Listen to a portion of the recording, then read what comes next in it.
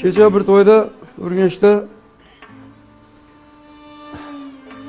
shunday torni olib ashula boshlasam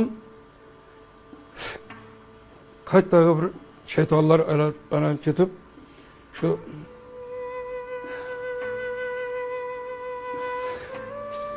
aytib bo'ladigan darajada emas. Shu tor baribir mendan ajraladi-ku, juda oladi-ku degan xayol kelib qoldi.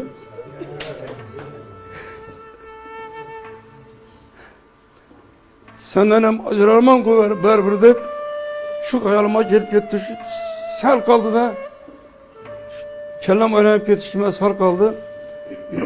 Bir kulib o'tirgan odamning yuziga ko'zim tushib qoldi shu paytda. Shun bilan